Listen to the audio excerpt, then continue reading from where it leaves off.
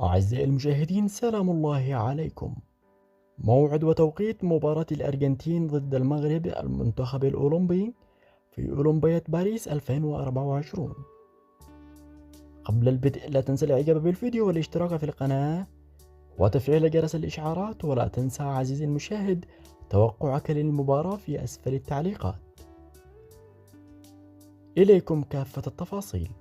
مباراة الأرجنتين والمغرب، واللقاء يقام بتاريخ شهر 7 يوم 24 2024 عند الساعة 4 عصرا بتوقيت مكة المكرمة، 2 ظهرا بتوقيت تونس والجزائر والمغرب، 3 عصرا بتوقيت مصر.